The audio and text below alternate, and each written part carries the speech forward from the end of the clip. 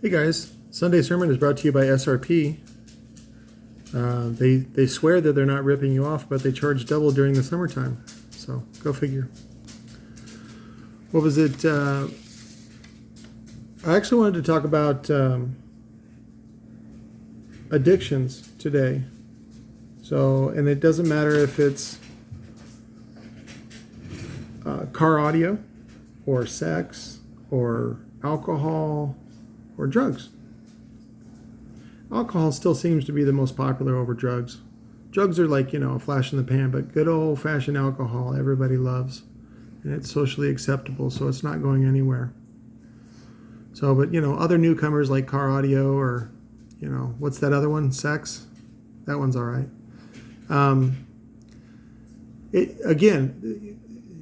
It's funny when you get into recovery type of organizations like AA. They're only good for, how do I say this? They're only good for a certain level. There's a certain level that where you plateau, and you're in the club, and that's it. There's nothing more you can do. There's nothing really more to elevate you beyond that. Now, I was involved with an organization called Omega Vector, and that is something different. It's definitely different. And when I was going through it, this is in the 90s, there was a more active approach. It wasn't, because it's not about your addictions. It's about your behavior and about integrity. And what I realized on the tail end now, 2020 hindsight, is that recovery is really about, or I should say addiction is really about lack of integrity and lack of responsibility. How you feel about those things doesn't really matter when you're taking care of your responsibilities. And those responsibilities can be, family, children, job, and things like that. It would be great if, your hankerings, inclinations, to go away, like your addiction, to go away, automatically would be great. But the problem is that you got to remember who you came from. And typically a lot of these inclinations are genetic. And I'm not saying that alcoholism is a disease or, that you're doomed to your genetics. For the most part, you are actually. But it requires a very active, proactive role on your part to battle those.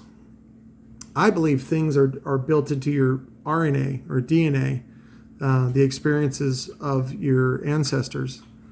And I wrote a whole movie about it. It's pretty rad. But for this video, though, it's important just to focus on your life and your responsibilities and how you can make your life and the lives of people around you better.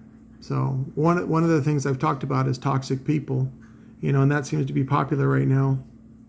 But the problem is determining who's toxic and who's not. And I think I talked to briefly about this.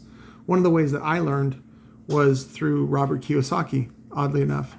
Robert Kiyosaki talks about how everything in your life is either an asset or a liability. An asset puts money in your pocket, or that's if you're using money as your currency. You can also call things that are assets by they bring joy to your life, they bring content, they bring just wealth, whether it be wisdom or peacefulness, or even like wealth of family, like a spouse or somebody like that. So now the other one is liabilities, and those are people and things that take money out of your pocket. And so a liability can be like can also be a spouse, can also be a child, it's very important not to have judgments on those things because of their positions in your life. Like my dad used to say all the time. He would say, blood is thicker than water, which is really just a guilt trip to get you to try to get along with your siblings, in our case. And Turns out that's a lie. That's bullshit. Both my brothers will always be my brothers, but I don't have to like them, and I always love them, but I don't have to be around them. Both of them are toxic in their own realms, and it's for me. It's better that they just go live their own lives. I don't need anything from them. They don't need anything from me. We're all adults. That's okay. Don't have any judgment on that. Some people want to tug on heartstrings and say, oh, I haven't talked to my so-and-so in, 10 years, 20 years, whatever it is. That's okay. There's lots of people that you have not talked to in that period of time. You want to do something awkward? Find someone from your childhood, right? So you guys were best friends or, classmates or something like that. And then try to have a conversation with them. You'll see that there's a lot of things that you don't have in common anymore. And, you're two different people wanting two different things. So it's okay that even, a parent or a sibling, you don't have anything in common with. They're a human being, they're going to have their own life. But back to addiction, sometimes people can be addicted to drama as well, and that's what shows up in typically family, and in my family it was violence as well. After the violence, we'd have this weird makeup session where I'm so sorry, I love you, and I'm sorry I threw that plate at your head. Or in the case of, my dad, he would never apologize, but it was just sort of like blood is thicker than water, so I still love you. And that's called dysfunction. And I highly encourage you to study psychotherapy, even just as a study. It's wonderful. I don't care what Tom Cruise says. So a lot of the stuff that people use in Scientology and other religions and things like that are all psychology based. So it doesn't hurt to have information in your head about things. That's all. Those are just tools, whether or not you use them. I got like 20 wrenches that I don't even use anymore, but they're still in my toolbox, right? So you just never know. It doesn't hurt to keep them.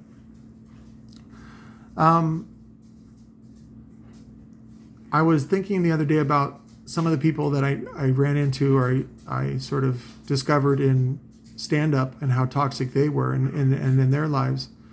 And what you'll find about those kinds of people are, I like to call them just liabilities, because that's what they are. They're insurance liabilities, they're liabilities to the public, they're liabilities to anybody in their, atmosphere and their surroundings.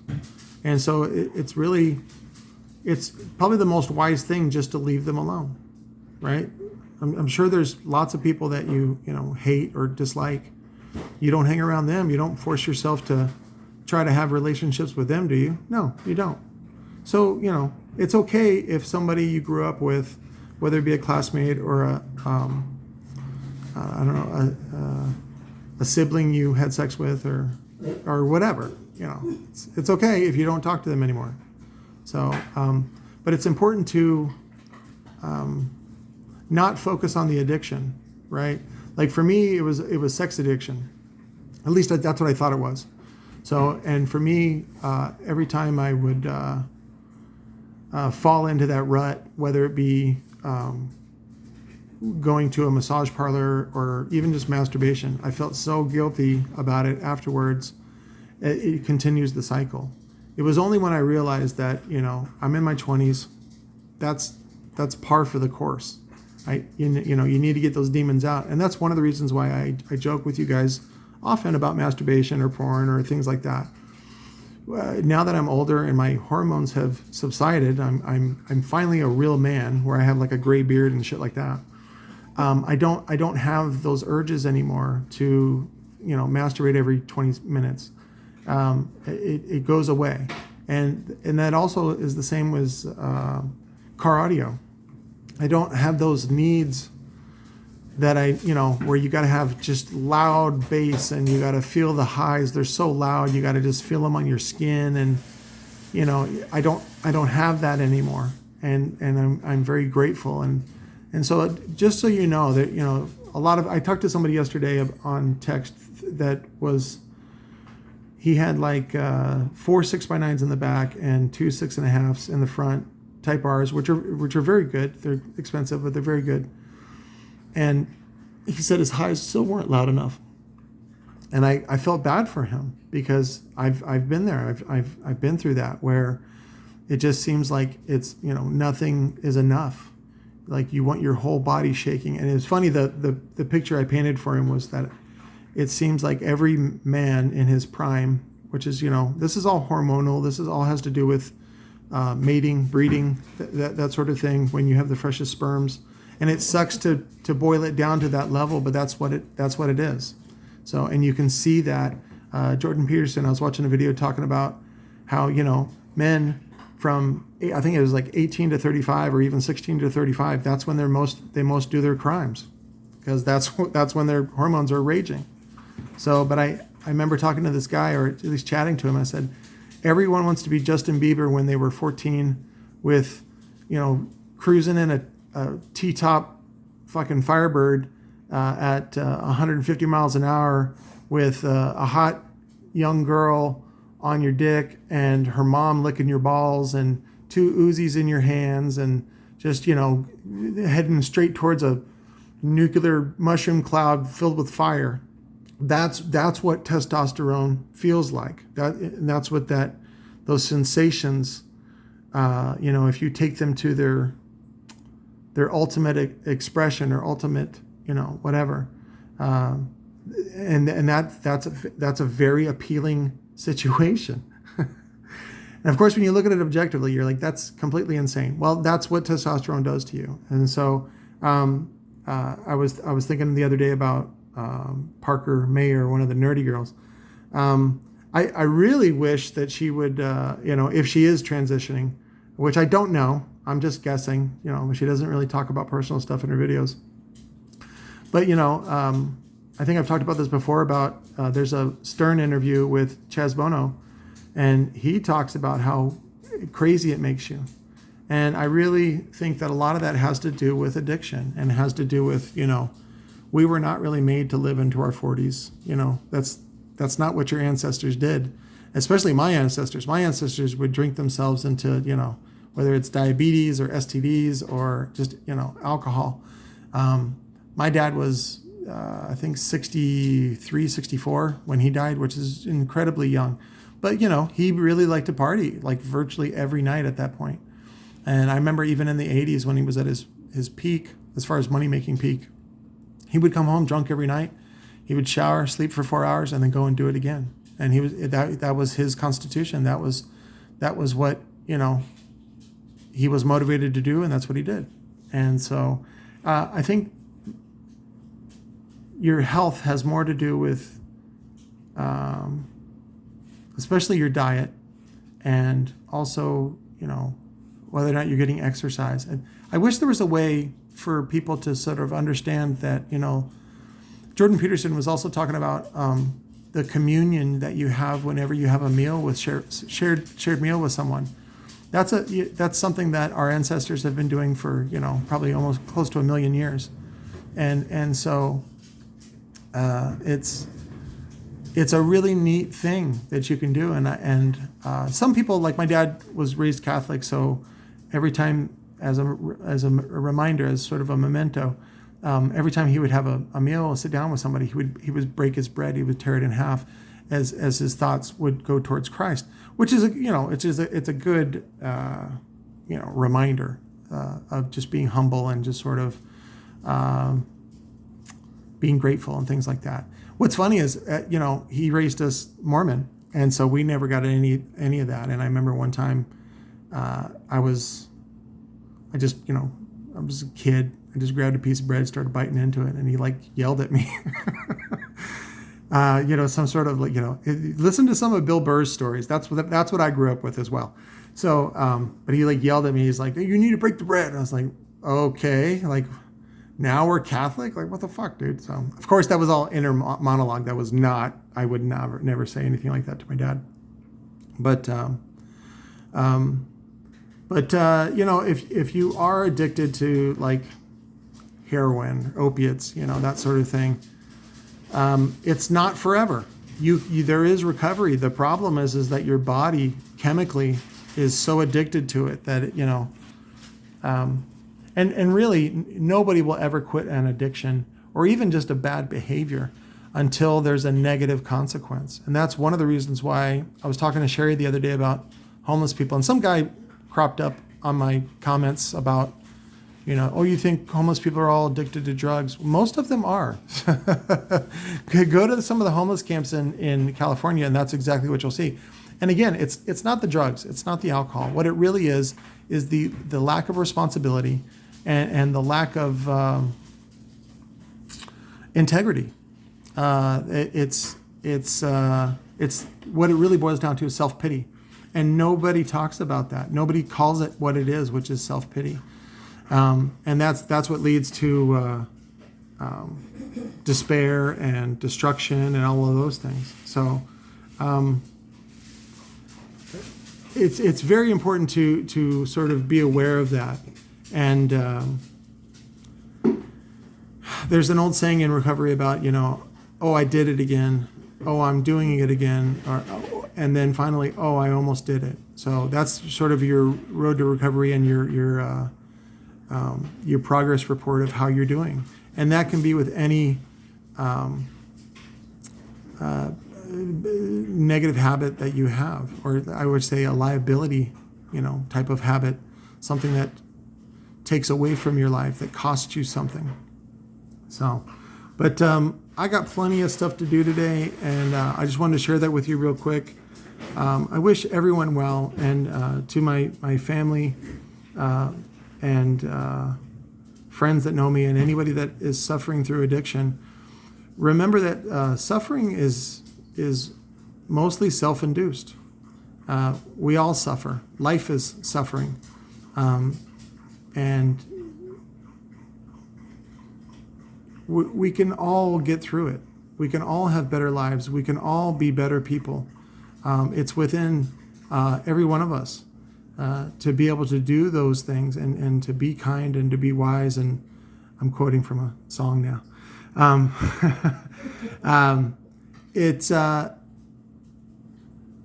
It's just whether or not it's important enough to you. And that's for you to decide. And that goes back to some of the stuff that Viktor Frankl talks about in his book, Man's Search for Meaning. And it goes back to, like, you should read that book. It's insane. And also other Holocaust survivor tales about, I forget, there was some sort of story about that these German camp guys were force feeding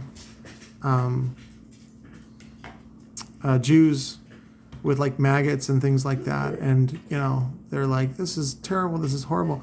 Well, what that was is it was keeping them alive, and that was the only thing that they had available to give them for food.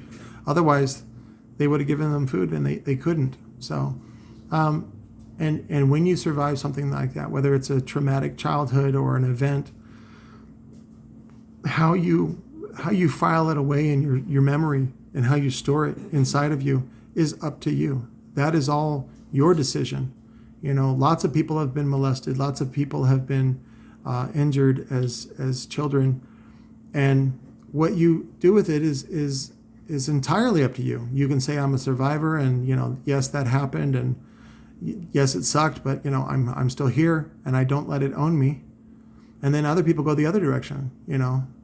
They're like, whatever, Scoutmaster molested me when I was a kid, and he stretched my butthole out, and and then you feel bad for yourself, and you carry that with you for sympathy. That's the payout. That's the payout that you have. And so it's important, again, that sympathy that you're looking for, that guilt, all that stuff that you carry, the payout that you're getting is negative. It costs you.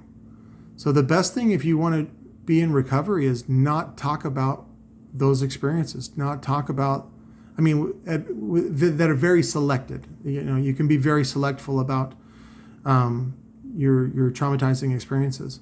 But the best thing is just not think about them and sort of, put them in your past and move on. And that sounds very simple, and it may sound very cold to a lot of people. That's, when you look at it objectively, that's actually the best thing to do. Now it does help in your recovery if you have something to focus on, like, hey, I want to be on the moon by 60. That's one of my goals. And it sounds ridiculous now, but that's a very viable future for me, and the position that I'm in, and the things that I'm doing. So for me, that's a fun motivator, and it's also fun to talk about to other people. So, and that's really what a life goal, or just something that you're working on should be. And even if it changes, that's okay. You're like, well, now I'm just going to work on ISS. I'm not going to go to the moon, because whatever, that's for homos. Like, whatever sour grapes you want to tell yourself, that it's funny. So, but plans change, things change, and there's, I can't tell you the insane amount of people that have had goals and had promising lives, and they've been cut short. That's just life. That's just the way that happens. And I would love to say that we're all in the matrix, and when you wake up, then you're there with whatever, Jesus or God or whatever it is, and they're like, no, that was just a dream. We don't know that. But from what we can tell and from what we know, this is it. This is all you get. And so I highly recommend that you maximize that to your benefit and to everyone else's benefit. And it seems like we're programmed for that. Like, we feel great joy, like overwhelming, crying while you're laughing type of joy when we have someone to share it with, and we have wonderful people around us that share, common goals and common, whether it's creating a family or a legacy or even just, breaking the bounds of poverty. That's what we seem to be programmed for, and to spread that sort of lifestyle to other people. And it works the other way too, right? The payout of self-pity and deception and deceit, those tools and those mechanisms are much more powerful in the immediate than being nice and kind to everyone. And that's really what when you watch The Walking Dead, that's what really that show is about, is that there are other ways to be, and you can be cutthroat, and you can be, like Negan or whatever, the Skinners or whoever they are, the Whisperers. You can be like that. And those means of life are effective, but they don't give you what you're programmed for, and they don't give you the insane amounts of joy and satisfaction that you have, especially, when you feel like you've lived each day and each moment to its fullest. And then, did your best to share that with other people. So, and of course, that's when you get into, the stuff that churches talk about, and they actually make a metaphor about it, which I think is kind of mockery in a way, where they go, oh, you want to be in the kingdom of heaven and all this kind of stuff. No, the kingdom of heaven is here. The kingdom of heaven is, everybody is fed, everybody has big families, everybody is, not abusive, and everybody, is disease and addiction free. That's the kingdom of heaven. That's the joys of our Lord and Savior Gonzo, or whoever. Doesn't matter who you praise. It's or even if you just feel the zeal. I'll sign off with that. This is Patrick from the Church of Zealtology, telling you to feel the zeal and share the zeal. Be the zeal. I love you guys. Have a great week. Talk to you later.